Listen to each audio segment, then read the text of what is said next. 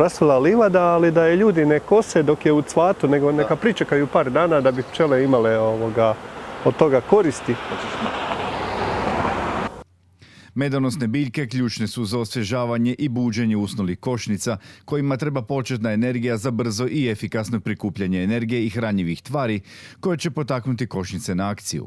Bagrem, kesten, lipa, suncokret, lavanda, ružmarin, kadulja, zlatošipka, uljana repica neke su od biljnih vrsta koje u jednom svom periodu igraju značajniju ulogu u prehrambenom lancu pčela i ostalih kukaca. Da, ovo je primjer jedne cvjetne livade koju bi trebalo ostaviti bar nekoliko dana ovako da bi pčele imale mjesto ispaše gdje bi mogu uzimati prvi ovogodišnji nektar recimo i pelud za svoje leglo. Jer sada se one počinju intenzivnije razvijati nakon zimske stanke. Znači ona ima na zadnjem paru nogu posebne košarice gdje skuplja zrnca peludi i nosi u košnicu. A pelud je njima za proljetni razvoj glavni izvor proteina i to potiče maticu da leže nova jajašca. I tako se oni pripremaju za glavne, recimo, proljetne paše, što u Istri najčešće predstavlja bagrem. Pčelinje zajednice kreću sa radom kada temperature pređu 10 ili 12 stupnjeva, znači kao što je danas lijepi dan bez vjetra. I vidjeli smo da su najčešće na bademima, ali vide se i na maslačku. Sada je neophodno znači da one unesu i dovoljne količine peluda. Naime, pelud je izvor proteina i on je neminovan za razvoj legla. I unošenjem peluda pčele stimuliraju maticu na liježenje novih jajašaca. Matica, ukoliko ima velikog unosa peluda, može dnevno snijeti veliku količinu jajašaca, čak do 2000 komada, što iznosi čak 3 njene težine. Tako da je, recimo, to jedna zanimljivost iz svijeta pčela. Znači, pčelinje zajednice se počinju sada intenzivnije razvijati, te je neophodno da im se osigura znači, izvor vode u neposrednom blizini pčelinjaka, a to je najbolje ovako primjenom higijenskih pojelica. Zašto je higijenska pojelica? Zato što pčela nema direktan kontakt sa vodom, budući da se neke bolesti mogu prenijeti preko pčelinjeg izmeta. Cilj je napraviti takve pojelice gdje ona može samo sisati vlagu, a da ne dolazi u direktan kontakt sa vodom, odnosno da ne može ostavljati svoj izmet u blizini vode. Na taj način da se ne zatvori taj krug kretanja te zarazne bolesti. Osim toga, sada je vrijeme i prvog proljetnog velikog pregleda košnica da bi se utvrdio stanje u pčelinjaku, da se vidi kako je stanje sa leglom, kako je matica, da li ima matica, da li treba intervenirati u samu košnicu po pitanju različitih tehnika pčelarenja ili pustiti da se zajednica razvija. Naime, sada u ovom vremenu u ožujku kada se zajednice kreću intenzivno razvijati, mi ciljamo u stvari glavnu pašu za pčele koja je u Istri, a to je bagremova paša i gledamo dobiti tada najveći broj pčela izletnica da bi mogle što više prikupiti nektara sa bagrema upravo u vrijeme njegove cvatnje. Jajašca koja se polažu ovih dana trebaju proći cijeli svoj razvojni ciklus kao ličinka, a poslije i kao pčela radilica, naime ona ne izlazi odmah iz košnice i sakuplja nektar kako bi to nama na prvi pogled izgledalo, nego ona mora proći čitav svoj razvojni put da bi došla do pčele izletnice. Iako živi samo 35 dana, u košnici ona prolazi znači, i stadij spremačice, odnosno one koja brine o čistoći košnice, izlučuje propolis.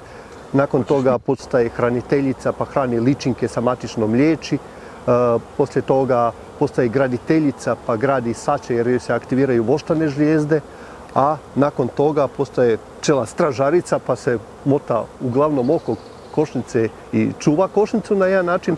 A nakon toga tek zadnjih 15 dana svog života, tog kratkog od 35 dana, postaje ona pčela izletnica koja nosi pelud i nektar. Vidite kako je to kompleksna unutra zajednica, kako bi i kako uz pomoć pčelara tim različitim tehnikama stimulacije. Recimo, ovih dana pčelari daju i pogaču da bi stimulirali maticu ukoliko je loše vrijeme, da ona ipak krene leći jajašca i da to leglo raste kako bi se za svibanj, kada su glavne paše, kako bi za svibanj bilo dovoljnog broja pčela izletnica i uspjeli sakupiti što više nektara, kao prvo za sebe, a onda u suvišku i za nas.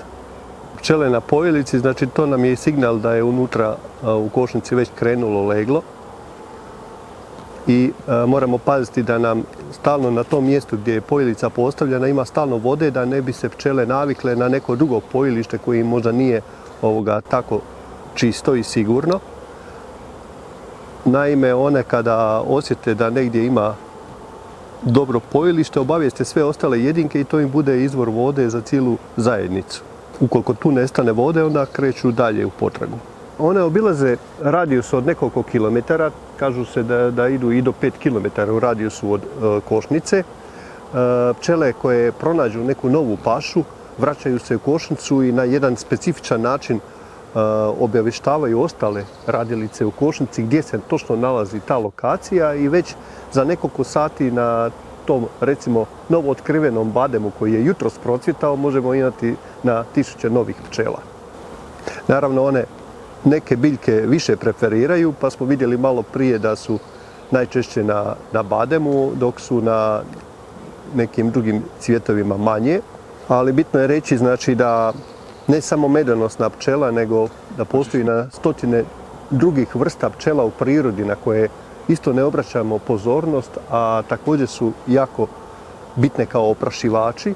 Čak za neke biljke su i bitni oprašivači te divlje pčele nego ove domaće pčele, zato što rade na nižim temperaturama, tako recimo bumbari ili neke solitarne pčele već rade na 5 stupnjeva, dok naša domaća pčela ispod 10 stupnjeva ne izlazi iz košnice.